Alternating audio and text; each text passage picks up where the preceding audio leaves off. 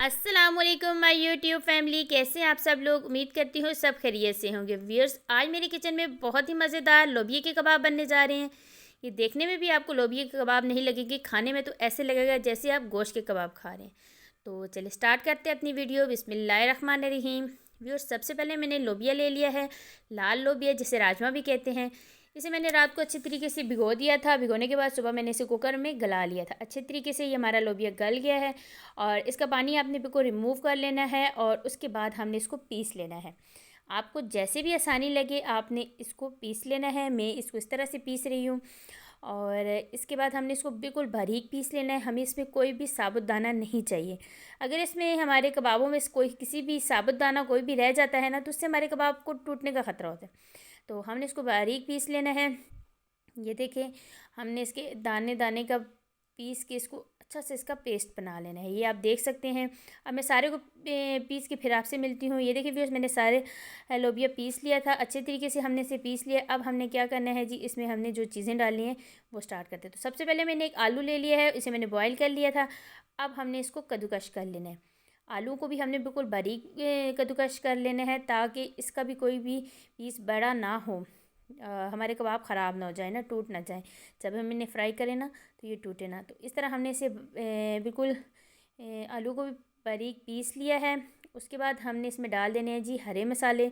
हरे मसालों में मैंने लिया है जी 1 टेबल स्पून लहसुन अदरक का पेस्ट, 2 हरी मिर्चें मैंने छोटी छोटी काट ली थी, 1 टेबल स्पून पुदीना और 2 टेबल स्पून हरी मिर्चें। इससे इसका फ्लेवर बहुत ज़बरदस्त आएगा। पुदीना आपने लाजमी डालना है, बहुत ही मज़े के बनेंगे कबाब।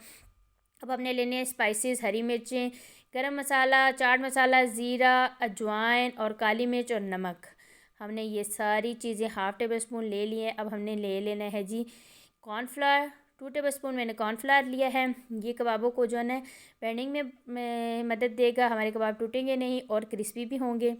और यहाँ पे हमने ये डाल दिया। उसके बाद व्यूअर्स, हमने इसमें डाल देनी है 2 टेबल स्पून बंद गोभी। ये ऑप्शनल है, अगर आपके पास है तो डाल लें, नहीं है तो कोई मसला नहीं। इससे इसका फ्लेवर थोड़ा सा मज़े का क्रंची क्रंची सा आ जाता है। और ये मैंने एक अदद प्याज ले ली थी, इसे मैंने बारीक काट लिया था। मीडियम साइज़ की प्याज ली है, काट लिया था। ये हमारे यहाँ पे ये कंप्लीट हो चुके हैं मसाले वगैरह। और अब हमने यहाँ पे डाल दिया जी 1 टेबल स्पून दही।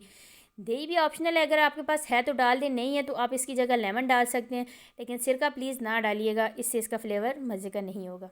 तो 1 टेबल स्पून अगर आपके पास लेमन है तो डाल दीजिएगा। और व्यूअर्स, अब ये मैंने सारी चीज़ें डाल दी। इनको अब हमने हाथ की मदद से अच्छे तरीके से मिक्स कर लेना है। ये देख लें, आपने अच्छे तरीके से इस तरह हाथ से मिक्स कर लेना है। और अगर अभी तक आपने मेरे चैनल को सब्सक्राइब नहीं किया तो जल्दी से मेरे चैनल को सब्सक्राइब कर दीजिए, बेल आइकन को प्रेस कीजिए ताकि मेरी आने वाली वीडियो का नोटिफिकेशन सबसे पहले आप तक पहुंचे। वीडियो अच्छी लगे लाइक शेयर और कमेंट ज़रूर कीजिएगा। हम आपके लिए इतनी मेहनत करते हैं तो इतना तो हमारा हक बनता है कि आप हमें हमारी वीडियो को देख के एक लाइक तो कर दीजिएगा। और जो मुझे मेरी वीडियो को देखते हैं, लाइक करते हैं और मुझे कमेंट्स करते हैं, उनका बहुत बहुत शुक्रिया। इससे हमें बड़ी सपोर्ट मिलती है और जो है ना, हमारा दिल करता है हम अच्छी अच्छी वीडियो आप तक पहुँचाएँ। व्यूअर्स, हमारा जो, अगर आपका बैटर थोड़ा पतला लगे आपको तो आपने इसमें 2 टेबल स्पून बेसन का डाल देना है। हमने यहाँ पे इसमें 2 टेबल स्पून बेसन का डाला है। इससे ये होगा कि हमारे जो कबाब हैं वो टूटेंगे भी नहीं और थोड़े से क्रिस्पी भी हो जाएंगे। अब फिर हमने इसको अच्छी तरीके से मिक्स कर लेना है और उसके बाद हमारे ये बैटर रेडी हो चुके हैं।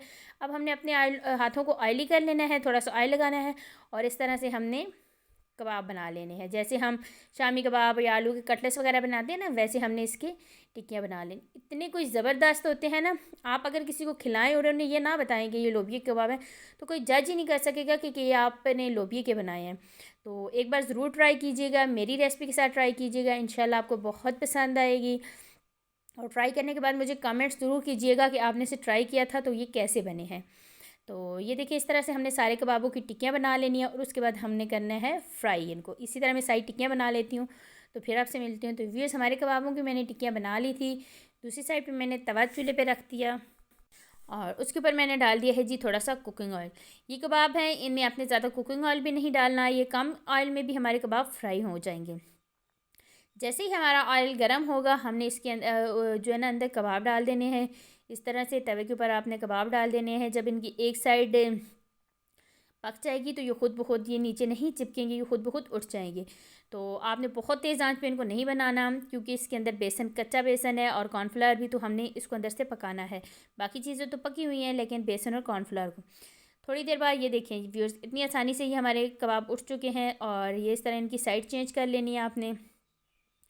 और साइड चेंज करने के बाद इसको आपने तवे की साइड पे करके इनको बनाना है, ताकि ये हमारे जो कबाब है अंदर तक पके, और जो दरमियान में आयल है आप उसमें दोबारा कबाब डाल दें तो दोबारा फ्राई हो जाएंगे। तो चलें, हमारे कबाब रेडी हो चुके हैं। अब आपको इसकी फ़ाइनल लुक दिखाती हूँ।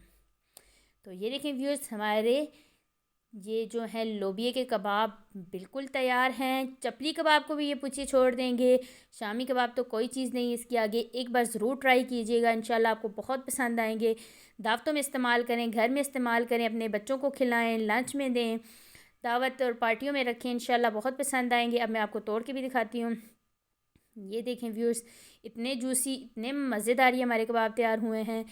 और दुआओं में याद रखिएगा, अपना बहुत ज़्यादा ख्याल रखिएगा। और इसी के साथ मुझे दीजिए इजाज़त। इंशाल्लाह नेक्स्ट टाइम नेक्स्ट रेसिपी में फिर हाज़िर होती हूँ। अल्लाह हाफ़िज़।